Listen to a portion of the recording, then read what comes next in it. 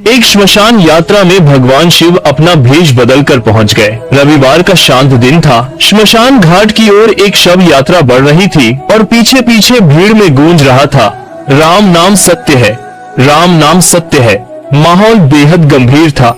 हर कदम के साथ राम का नाम उस रास्ते को पवित्र करता जा रहा था। तभी दूर कैलाश पर्वत पर ध्यान में मग्न भगवान शिव की साधना अचानक भंग हुई। उन्होंने दिव्य दृष्टि खोली और तुरंत चौंक पड़े। अरे मेरे राम का नाम ये कहां से आ रहा है?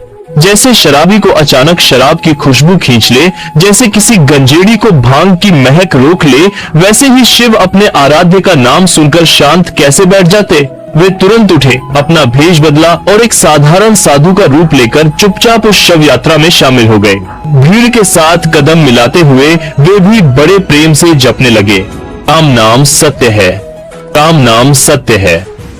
यात्रा श्मशान पहुंची, शव को चिता पर रखा गया, लेकिन तभी कुछ अजीब हुआ। अभी तक गूंज रही राम राम की आवाजें अचानक एकदम बंद हो गईं। शिवजी हैरान रह गए, ये क्या? अभी तो सब बड़े भक्ति भाव में थे।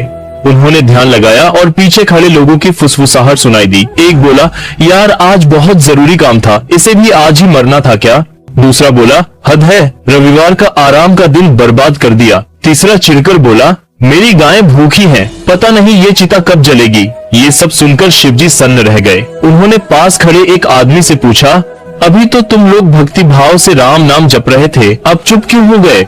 वह हंसकर बोला, अरे साधु बाबा, मुर्दा तो जल गया ना, अब किसके लिए राम राम करें? काम खत्म हुआ, अब घर चलो। यह सुनकर शिवजी के पैरों तले जैसे जमीन खिसक गई।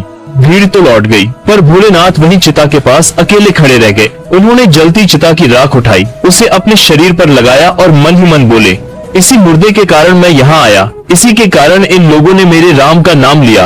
अब यह राख भी पवित्र हो गई है, इसे मैं अपने तन पर धारण करूंगा, ताकि मेरे भीतर से राम नाम की ध्वनि सदा बहती रहे।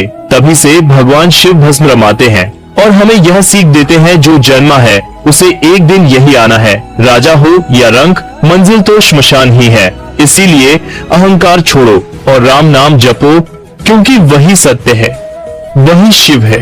कमेंट में हर हर महादेव